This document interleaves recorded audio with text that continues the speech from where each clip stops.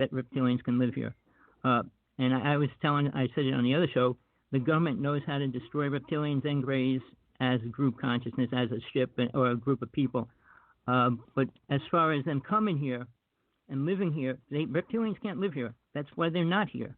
The greys can, but they have to live underground, and that's why they do. So it's you have to. For me, it's proving something beneficial to us. What can they help us do? And I stand by my favorite movie, The Day the Earth Stood Still. That's the way I see it going down. And if it doesn't go down that way, it'll be the letter V, the movie V, how that went down. I don't know if anybody saw it, the new version of V.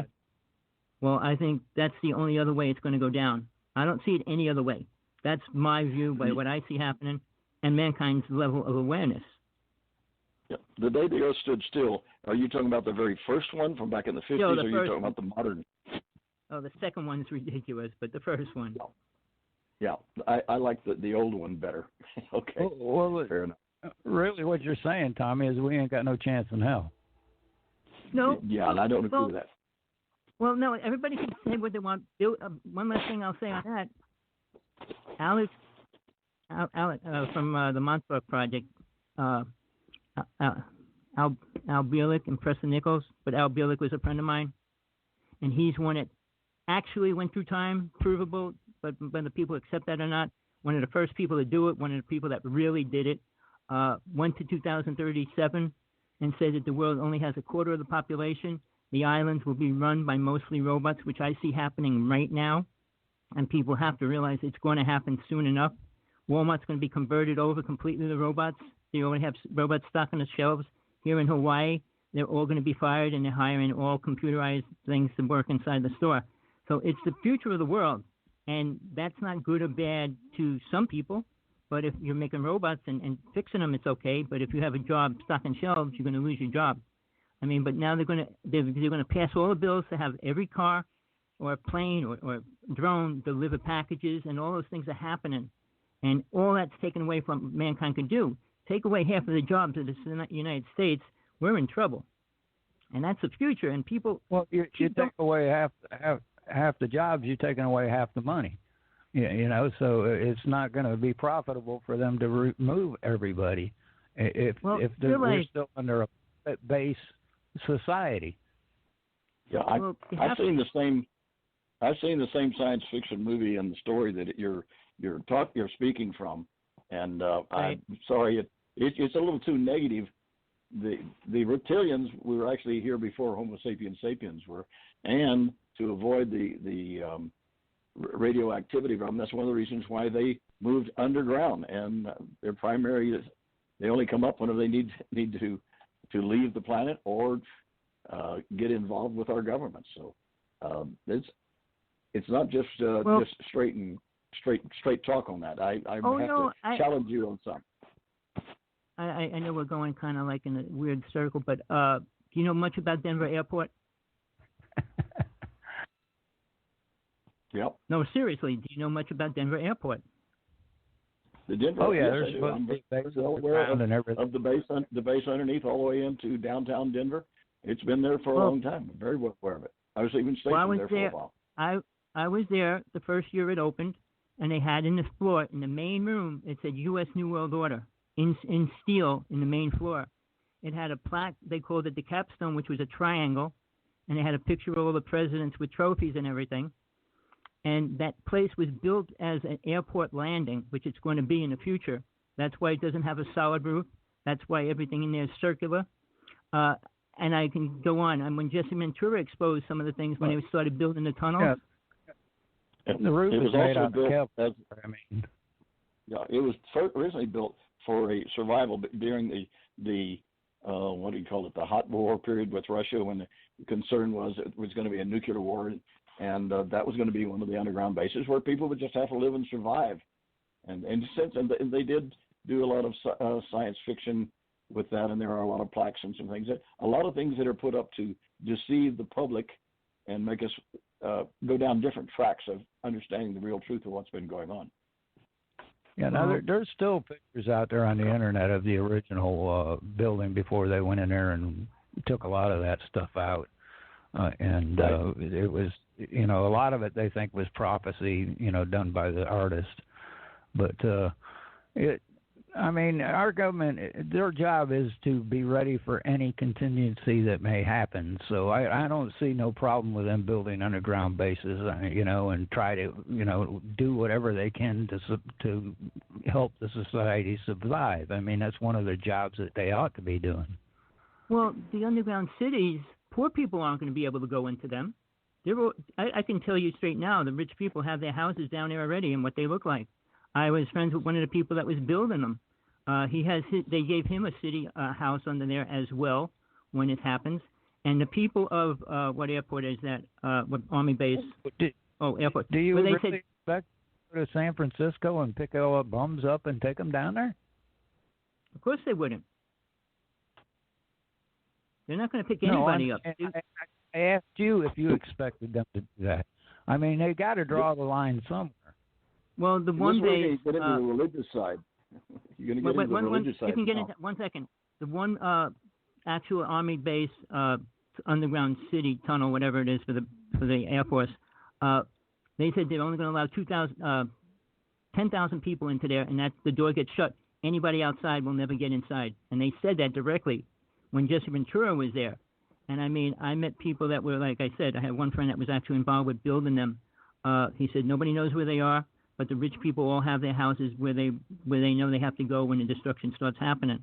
I mean, I look at facts. I mean, I wish everything was beautiful. I wish. Well, now, if you put $5 million into the construction of this place, wouldn't you expect a room?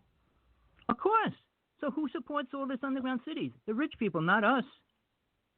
Well, who's going to get in there? Not us. Can you blame them for that? I mean, if I could do it, I would. Oh no, I look. I'm not saying they're wrong. If I was a rich person, I wouldn't move into the ghettos. I wouldn't put my house in the middle of the ghettos and knowing that I have to live there. I mean, it's kind of obvious that rich people. But there's 3 islands in the world right now that host multiple millionaires, and people can't get on there unless they're millionaires. So they already are doing their own thing as well. So yes, people with money, and that's what the whole thing of Denver Airport was based on. Who paid for all that? I'm in a lot safer place up here in Albuquerque, New Mexico. So we're basically 1 mile high above sea level, and then it's centrally located in the whole continent of the United States.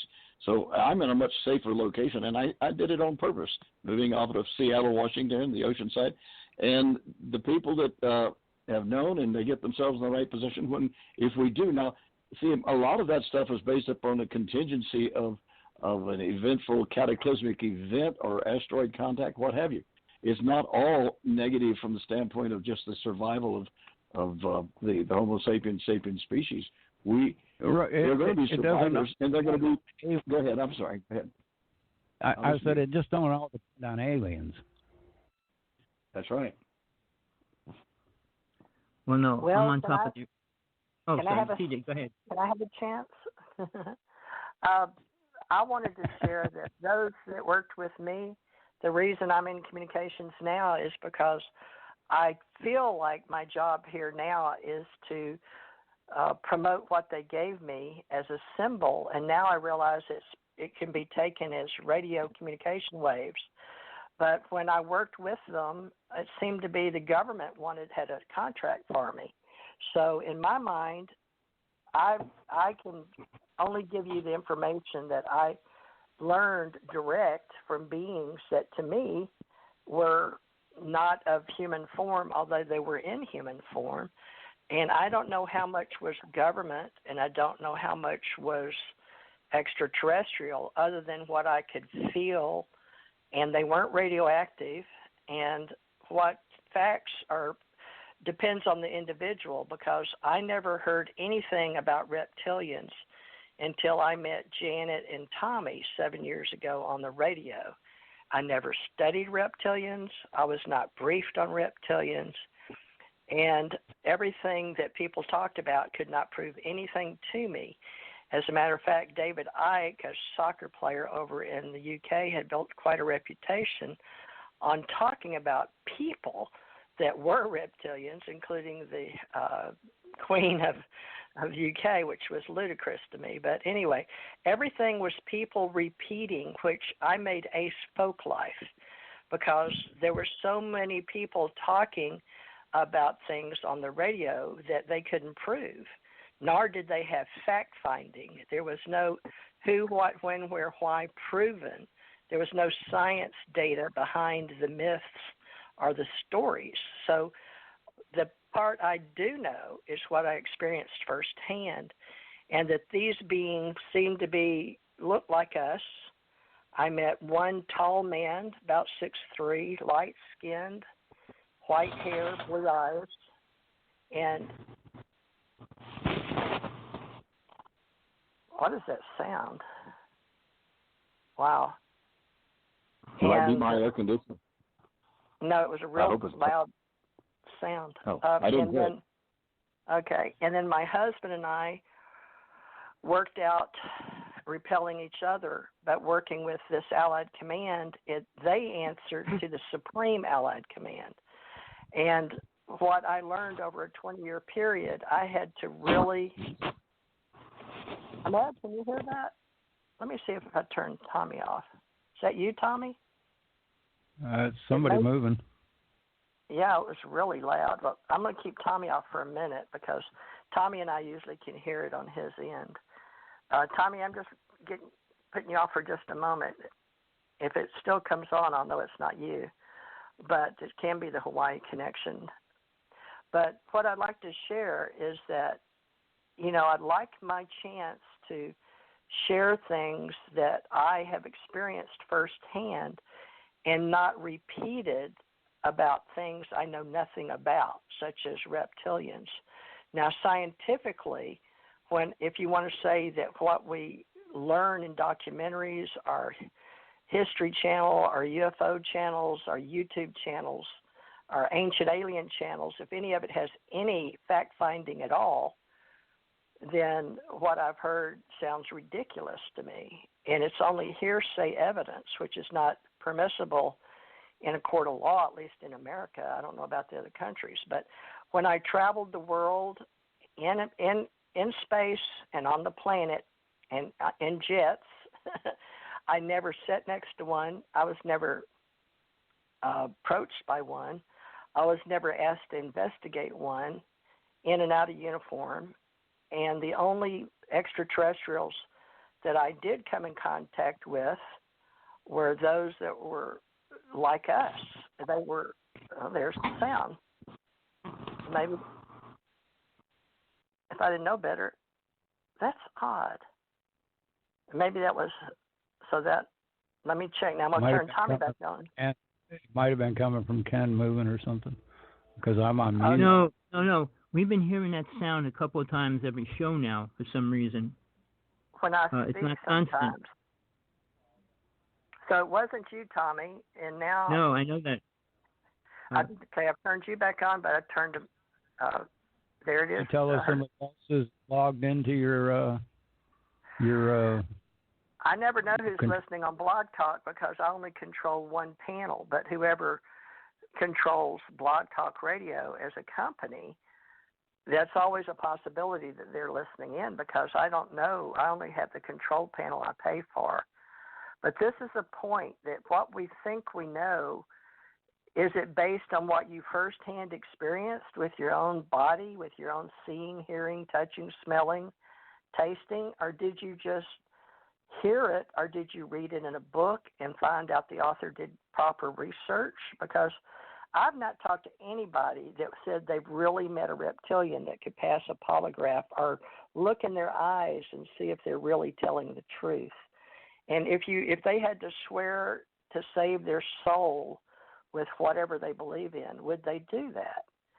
And I'm not at that point yet, but these UFO groups that get together and promote all this, I wonder how much is myth, how much is history really, versus the government. Now, I have seen CIA and FBI papers, and I have seen them online, and they are open, so that is disclosure. Anybody can go and look them up. That I choose to believe in, but I'm not saying that reptilians aren't real to some people, But I would like those people that have, not saying that they've experienced it in their dreams, or maybe one manifest